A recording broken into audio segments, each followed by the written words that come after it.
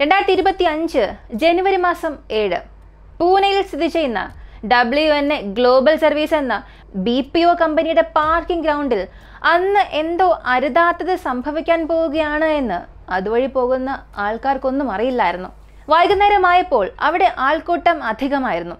പകലിലുള്ള shift കഴിഞ്ഞ് ആളുകൾ അവരുടെ വീടുകളിലേക്ക് പോകുന്നതും രാത്രിയിലേക്കുള്ള ഷിഫ്റ്റ് എടുക്കുന്നവർ ഓഫീസിലേക്കും വരുന്ന ആ ഒരു തിരക്കായിരുന്നു. ഓഫീസ് കെട്ടിടത്തിന്റെ പാർക്കിംഗ് സ്ഥലത്ത് റെക്കോർഡ് ചെയ്ത ഒരു വീഡിയോ ദൃശ്യമാണ് നിങ്ങളെ കാണുന്നത്. ഇതൊരു തെരുവ് നാടകം നടക്കുന്നത് പോലെ നിങ്ങൾക്ക് തോന്നാം. അത് കാണാൻ ഒരു കൂട്ടം ആളുകൾ തടിച്ചു കൂടിയിരിക്കുന്നത് പോലെയും തോന്നാം. എന്നാൽ അതൊരു നാടകമല്ലായിരുന്നു, ഒരു കൊലപാതക രംഗമായിരുന്നു. അവിടെ കൂടി നിൽക്കുന്നവരെല്ലാം അതിന്റെ ദൃക്സാക്ഷികളും. ആ ഒരു ചിത്രത്തിൽ വെള്ള ടീഷർട്ട് ധരിച്ചിരിക്കുന്ന വ്യക്തിയാണ് കൃഷ്ണ സത്യനാരായൺ കനോജി. നിലത്ത് കറുത്ത ടോപ്പ് ധരിച്ചിട്ടിരിക്കുന്നത് ശുഭദ കോതാരി. അവൾ വേദന കൊണ്ട് അലറുകയാണ്. അവന്റെ കയ്യിൽ പിടിച്ചിരിക്കുന്ന മൂർച്ചയുള്ള കത്തി കൊണ്ട് പലതവണ ആ പെൺകുട്ടിയെ കുത്തി. അതിൽ വേദന കൊണ്ട് അവൾ അലറുകയാണ്. പരസ്യമായി ആക്രമിച്ചതിന് ശേഷവും അവൻ അതേ പെൺകുട്ടിയുടെ അരികിൽ കയ്യിൽ ആയുധവും പിടിച്ചുകൊണ്ട് നിൽക്കുന്നതാണ് കാണാൻ സാധിക്കുക. ആൾത്തിരക്കിലാണ് ഇതെല്ലാം നടക്കുന്നത്. ഈ കുറ്റകൃത്യങ്ങളെല്ലാം നടന്ന ഭാഗത്താണ് ഒരാൾ തന്റെ ഫോണിൽ അതെല്ലാം വീഡിയോ ആയി റെക്കോർഡ് ചെയ്തത്. എന്നാൽ ആ യുവാവിനെ തടയാനോ ആ പെൺകുട്ടിയെ രക്ഷപ്പെടുത്താനോ ആരും ധൈര്യത്തോടു കൂടി മുന്നോട്ട് വന്നില്ല. ആരാണ് ആ പെൺകുട്ടി? അവളെ അത്രയും ക്രൂരമായി ആൾക്കൂട്ടത്തിനിടയിൽ യാതൊരു ഭയവും ഇല്ലാതെ കൊല്ലണമെന്നുണ്ടെങ്കിൽ അവൾ എന്ത് തെറ്റാണ് ചെയ്തത്? പൂനെയിൽ അടുത്തിടെ സംഭവിച്ച രാജ്യത്തെ ആകെ ഞെട്ടിപ്പിച്ച ഒരു സംഭവത്തെക്കുറിച്ചാണ് നമ്മൾ അറിയാൻ പോകുന്നത്.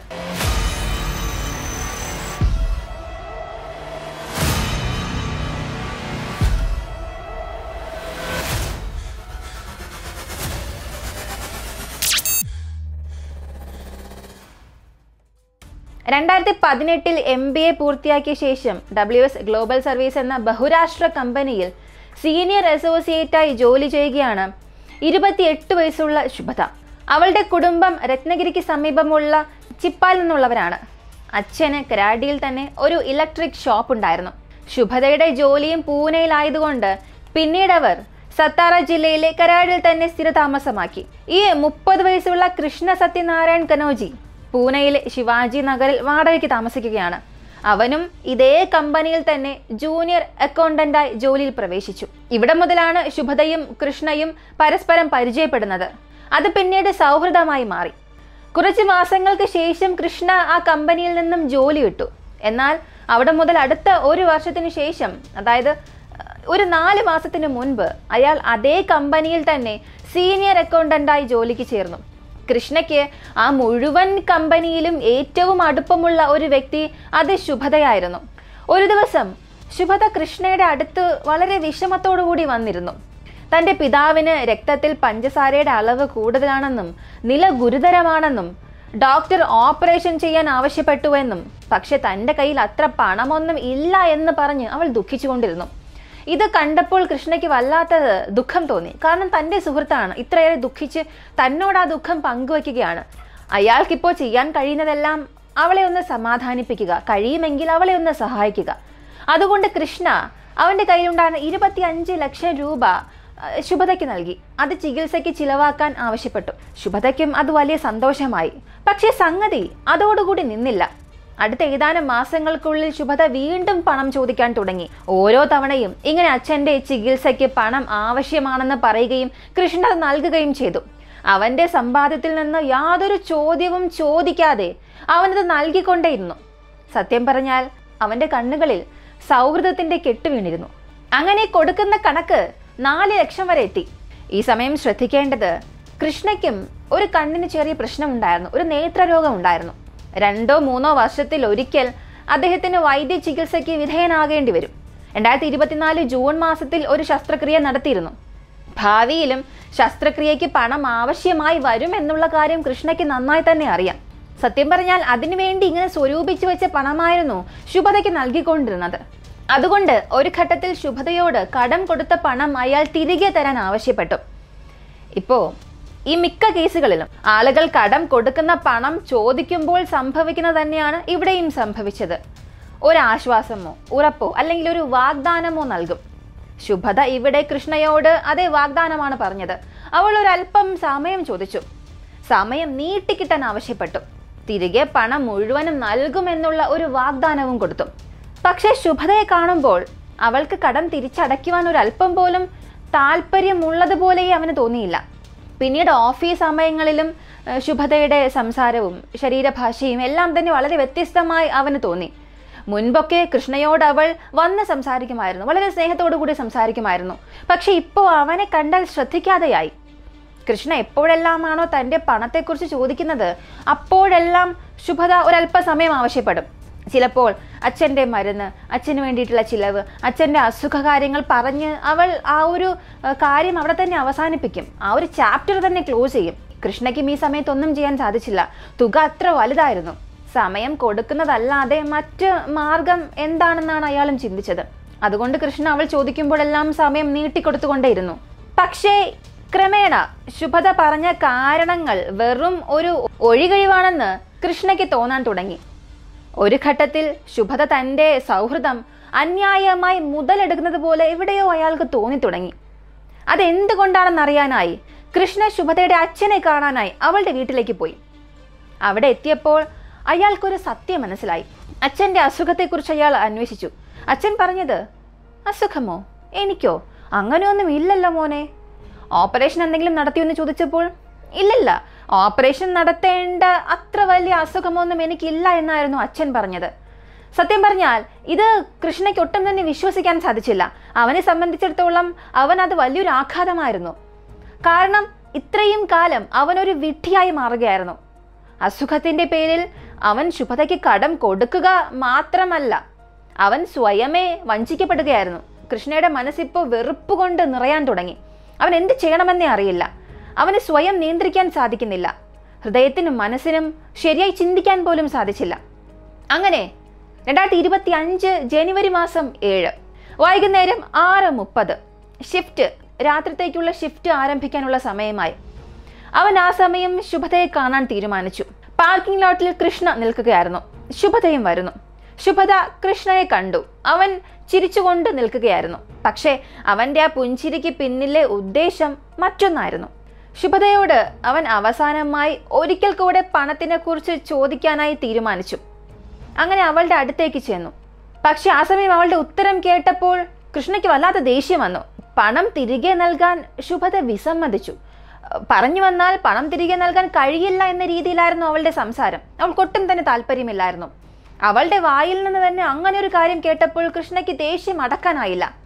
അവൻ മറച്ചു വെച്ചിരുന്ന ഒരു വലിയ കത്തിയെടുത്ത് അവളുടെ വലത് കൈമുട്ടിൽ പലതവണ ആക്രമിച്ചു. ആ സമയത്ത് അവിടെയുണ്ടായിരുന്ന ആൾക്കൂട്ടം വെറും ഒരു കാഴ്ചക്കാരായി മാത്രം നോക്കി നിന്നു. ഇതിനിടയിൽ എങ്ങനെയൊക്കെയോ അവൾ തൻ്റെ ഫോൺ എടുത്ത് അവളുടെ അച്ഛനെ വിളിച്ച് തനിക്ക് സംഭവിച്ച ആക്രമണത്തെക്കുറിച്ച് പറയാൻ ഒരുങ്ങുമ്പോൾ കൃഷ്ണ അവളുടെ കയ്യിൽ നിന്ന് ഫോണ് തട്ടിയെടുക്കുകയും ആ കോളിൽ പണം തിരികെ നൽകാൻ ആവശ്യപ്പെടുകയും ചെയ്തു. എന്നിട്ട് അവൻ അവൻ്റെ കയ്യിലുണ്ടായിരുന്ന കത്തി താഴെയിട്ടു. അവിടെ കൂടി നിന്നിരുന്ന ജനങ്ങളെല്ലാം ആ ഒരു നിമിഷത്തിന് വേണ്ടി കാത്തിരിക്കുകയായിരുന്നു. അങ്ങനെ കത്തി താഴെ വീണ അടുത്ത സെക്കൻഡ് തന്നെ ചുറ്റുമുണ്ടായിരുന്നവരെല്ലാം അവൻ്റെ അടുത്തേക്ക് ഓടാൻ തുടങ്ങി. തൻ്റെ അടുത്തേക്ക് ഓടി വന്നവരോട് കൃഷ്ണ എന്തൊക്കെയോ സംസാരിക്കാൻ ശ്രമിക്കുന്നുണ്ട്. പക്ഷെ വന്നവർ അവനെ കൂട്ടം കൂടി ആക്രമിക്കാൻ തുടങ്ങി, മർദ്ദിക്കാൻ തുടങ്ങി. എല്ലാവരും കൂടെ അവനെ പിടികൂടുകയും അടിച്ച് പോലീസിൽ ഏൽപ്പിച്ചു. അവൻ വല്ലാത്തൊരു മൂർച്ചയുള്ള കത്തിയായിരുന്നു ഉപയോഗിച്ചു. നിങ്ങൾ ആ വീഡിയോ ദൃശ്യങ്ങൾ കാണുമ്പോൾ തന്നെ അവൻ്റെ കയ്യിലുണ്ടായിരുന്ന കത്തി കാണാം. ഏകദേശം നല്ലൊരു വലിപ്പമുള്ള മൂർച്ചയുള്ള ഒരു കത്തിയായിരുന്നു. ഏകദേശം ഇറച്ചിയൊക്കെ മുറിക്കാൻ ഉപയോഗിക്കുന്ന ഒരു കത്തി പോലൊരെണ്ണം അതുപയോഗിച്ചായിരുന്നു ആക്രമണം നടത്തിയത്. അതുകൊണ്ട് തന്നെ ശുഭദയുടെ കയ്യിലെ പല ഞരമ്പുകളും മുറിഞ്ഞിരുന്നു. ഇതിൽ ഏറ്റവും വെല്ലുവിളി നിറഞ്ഞൊരു കാര്യം എന്തെന്ന് ചോദിച്ചാൽ അവൾക്ക് ആ സമയം രക്തത്തിൽ പഞ്ചസാരയുടെ അളവ് വളരെ കുറവായിരുന്നു. അതുകൊണ്ട് തന്നെ ആൾക്കൂട്ടമെല്ലാം പ്രതികരിച്ച് അവളെ ആശുപത്രിയിൽ പ്രവേശിക്കുമ്പോഴത്തേക്കും അവൾക്ക് രക്തം ഒരുപാട് പോയിരുന്നു. അതായത് രക്തം കട്ട പിടിക്കാത്തതിനെ തുടർന്ന് അമിത രക്തസ്രാവം ഉണ്ടായി. ഡോക്ടർ പറഞ്ഞത്, ഞങ്ങൾ കഠിനമായി ശ്രമിച്ചു, പക്ഷെ ധാരാളം രക്തം നഷ്ടപ്പെട്ടിരുന്നു. ചികിത്സയ്ക്കിടെ തന്നെ ഹൃദയസ്തംഭനം മൂലം അവൾ മരിച്ചുവെന്ന്. ഈ സമയത്ത് ശുഭദയുടെ അനുജത്തി സാധന കൊതൂരി ഏർവാഡ പോലീസ് സ്റ്റേഷനിൽ ഒരു പരാതി നൽകി. തുടർന്ന് ബെനസിൽ നിന്നും കൃഷ്ണയെ പോലീസ് അറസ്റ്റ് ചെയ്തു. സത്യം പറഞ്ഞാൽ ഈ ഒരു മുഴുവൻ കേസും പണമിടപാടുമായി ബന്ധപ്പെട്ടതാണെന്ന് പറയുന്നു. ഇതിൽ റിലേഷൻഷിപ്പ് ആംഗിളിൽ നിന്നും ചിന്തിക്കാനായി ഒന്നും തന്നെ ഇല്ല. എന്നിട്ടും ശുഭദ ആ പണം എന്ത് ചെയ്തുവെന്ന് വെളിപ്പെടുത്തിയിട്ടില്ല. ശുഭദ പണം വാങ്ങുകയും ദുഷ്പ്രവർത്തികൾക്കായി ചിലവാക്കുകയും ചെയ്യാറുണ്ടെന്നും കൃഷ്ണ അത് തിരികെ ചോദിച്ചപ്പോൾ കള്ളക്കേസിൽ കുടുക്കുമെന്ന് ഭീഷണിപ്പെടുത്തുകയും ചെയ്തു എന്ന് സോഷ്യൽ മീഡിയയിൽ പലരും പറയുന്നുണ്ട്. അതിലെത്രത്തോളം സത്യാവസ്ഥ ഉണ്ടെന്നുള്ളത് അറിയില്ല. പക്ഷേ ഈ ഒരു കേസ് തന്നെ അവിടെയുള്ള ആളുകളെ രണ്ടായി വിഭജിച്ചിട്ടുണ്ട്. ചിലർ കൃഷ്ണയുടെ ഈ ഒരു കുറ്റകൃത്യത്തെ ന്യായീകരിക്കുകയാണ്, അവൻ ചെയ്തത് ശരിയാണെന്ന് പറയുന്നു. ചിലർ ഈ ഒരു പ്രവൃത്തിയെയോ കുറ്റകൃത്യത്തെയോ ഒരു തരത്തിലും ന്യായീകരിക്കുന്നില്ല. നമ്മൾ ഈ കേസിനെ കുറിച്ച് സംസാരിക്കണമെന്നുണ്ടെങ്കിൽ ലോകത്തിൽ രണ്ട് തരത്തിലുള്ള ആളുകളുണ്ട്. ഒരാൾ ഏതെങ്കിലും സമയത്ത് ആർക്കെങ്കിലും കടം കൊടുത്തിരിക്കാം, മറ്റേയാൾ ഏതെങ്കിലും സമയത്ത് കടം വാങ്ങിയിരിക്കാം. എന്നാൽ ഈ രണ്ട് സാഹചര്യങ്ങളിലും ഏറ്റവും പ്രധാനപ്പെട്ടത് കടം കൊടുക്കുന്നവന്റെയും കടം സ്ഥിരമായി വാങ്ങുന്നവന്റെയും നിലയും സ്ഥിരമായ അവസ്ഥയുമാണ്. ഒരു പരസ്പര ഉടമ്പടി പ്രകാരം നിശ്ചിത കാലയളവിനുള്ളിൽ നിങ്ങൾക്ക് തിരിച്ചടയ്ക്കാൻ കഴിയുന്നത്ര പണം മാത്രം കടം വാങ്ങുക. എന്നാൽ ഇവിടെയാണ് ആളുകൾക്ക് തെറ്റ് സംഭവിക്കുന്നത്. നമ്മൾ ആർക്കെങ്കിലും കടം കൊടുക്കുമ്പോൾ അവരുടെ പെരുമാറ്റവും അവരുടെ സമീപനവും വളരെ നല്ലതായിരിക്കും. ഇതിപ്പോൾ കേൾക്കുമ്പോൾ തന്നെ ഒരുപാട് പേർക്ക് റിലേറ്റ് ചെയ്യാൻ സാധിക്കും. എല്ലാവരും ഈ വീഡിയോ കണ്ടുകൊണ്ടിരിക്കുന്ന എല്ലാവരും ഈ ഒരു സാഹചര്യത്തിലൂടെ കടന്നു പോയവരായിരിക്കാം. ഒരുപക്ഷെ കടം കൊടുത്തവരായിരിക്കാം, അല്ലെങ്കിൽ കടം വാങ്ങിയവരായിരിക്കാം. ഇങ്ങനെ കടം വാങ്ങുന്ന സമയത്ത് നമ്മളൊക്കെ നല്ല സ്വഭാവമായിരിക്കും, നല്ല രീതിയിൽ സംസാരിക്കും. എന്നാൽ കൊടുത്ത കടം തിരികെ ചോദിക്കുമ്പോൾ അതേ വ്യക്തിയുടെ ശരീരഭാഷയും സംസാര രീതിയും എല്ലാം മാറുന്നു. ഒരു കഷ്ടകാലത്തിൽ നിങ്ങൾ സഹായിച്ച അതേ വ്യക്തിയാണോ ഇത് എന്ന് നമുക്ക് പോലും വിശ്വസിക്കാനാകില്ല. അത്രത്തോളമുള്ള ഒരു മാറ്റമായിരിക്കും സംഭവിക്കുക. ആവശ്യമുള്ള സമയത്ത് ഒരാൾ കടം വാങ്ങുന്നു, പക്ഷെ ഒരു നിശ്ചിത കാലയളവിനുള്ളിൽ ആ പണം തിരികെ അടയ്ക്കാനുള്ള ഒരു ഓപ്ഷൻ ഇല്ല. ബാക്കപ്പ് തന്ത്രം പോലും അവരുടെ പക്കൽ കാണില്ല. അങ്ങനെ ഒരു കടക്കെണിയിലാകുന്നു. ഇപ്പോൾ ഇവിടെ കൃഷ്ണയുടെ സാഹചര്യം എടുത്താലും അയാൾ കടം കൊടുത്തു, പക്ഷേ അത് ആവർത്തിച്ചു കൊണ്ടിരുന്നു. അങ്ങനെ ഒറ്റയടിക്ക് പണം കൊടുക്കുന്നതിൽ നിന്നും അയാൾ സ്വയം സംയമനം പാലിക്കണമായിരുന്നു. ഒരു 25 രൂപ, 50,000 രൂപ, 1 ലക്ഷം ഇത്രയേറെ കടം കൊടുക്കുന്നുണ്ട്. പക്ഷേ അതേസമയം നിങ്ങൾക്കും ആവശ്യമുണ്ടെന്നുള്ളത് ഓർക്കണം. ഒരു മെഡിക്കൽ ചിലവ് വരാൻ പോവുകയാണ്. പക്ഷേ അവൻ കടം കൊടുക്കുന്നത് ആവർത്തിച്ചു കൊണ്ടേയിരുന്നു, അതും യാതൊരു ചോദ്യവും ചോദിക്കാതെ. നിർഭാഗ്യവശാൽ പണത്തിന്റെ ഈ ഒരു ഗെയിമിൽ ഒരാൾക്ക് തൻ്റെ ജീവൻ നഷ്ടമായി, മറ്റൊരാൾക്ക് തൻ്റെ സ്വാതന്ത്ര്യവും നഷ്ടമായി. അതും ഈ കൃഷ്ണ 1-2 തവണയല്ല കൊടുത്തത്. നിങ്ങൾ പണം നൽകുന്നു എന്നുണ്ടെങ്കിൽ മറ്റേയാൾക്ക് അത് തിരികെ നൽകാൻ സാധിക്കുമോ, തിരികെ നൽകുമോ ഇല്ലയോ എന്നുള്ളതും നിങ്ങൾ മനസ്സിലാക്കണം. ഇതൊന്നും കൃഷ്ണ ആദ്യം ചിന്തിച്ചില്ല. എന്നാൽ സത്യമെല്ലാം അറിഞ്ഞപ്പോൾ, നിങ്ങളുടെ കഠിനാധ്വാനം മറ്റൊരാൾ നശിപ്പിച്ചു എന്നറിഞ്ഞപ്പോൾ, വഞ്ചിക്കപ്പെട്ടു എന്നറിഞ്ഞപ്പോൾ സ്വയബോധം തന്നെ അയാൾക്ക് നഷ്ടമായി. പക്ഷേ അതിന് മറ്റൊരാളുടെ ജീവൻ എടുക്കുകയായിരുന്നില്ല പരിഹാരം. മറ്റൊരുപാട് ഓപ്ഷൻ ഉണ്ടായിരുന്നു. ഇപ്പം എന്താ സംഭവിച്ചത്? നിങ്ങളുടെ ജീവിതം നശിച്ചു. ഇനി മുഴുവൻ കാലവും ജയിലിൽ കിടക്കേണ്ടി വരും. പക്ഷെ ഇവിടെ ഈ ശുഭത ചെയ്തതും ഒരിക്കലും ന്യായീകരിക്കാൻ കഴിയുന്നതേ അല്ല. പണം വാങ്ങുന്നതിൻ്റെ കാരണം പോലും, യഥാർത്ഥ കാരണം പോലും അവൾ വെളിപ്പെടുത്തിയില്ല. ഒരു വൈകാരികമായ ഗെയിമായിരുന്നു അവൾ കളിച്ചത്. സ്വന്തം സുഹൃത്തിനെ തന്നെ അത്രയേറെ വിശ്വസിച്ച ഒരു സുഹൃത്തിനെ തന്നെ വഞ്ചിക്കുകയായിരുന്നു അവൾ. പണം വാങ്ങിയ ആ ഒരു രീതിയും തെറ്റായിരുന്നു. ഇപ്പോൾ ഈ ഒരു സംഭവത്തിൽ എന്നല്ല, സാധാരണ ഏതിലെടുത്താലും ഒരു കുറ്റകൃത്യത്തിൽ 2 ഘടകങ്ങൾ ഉണ്ടായിരിക്കും.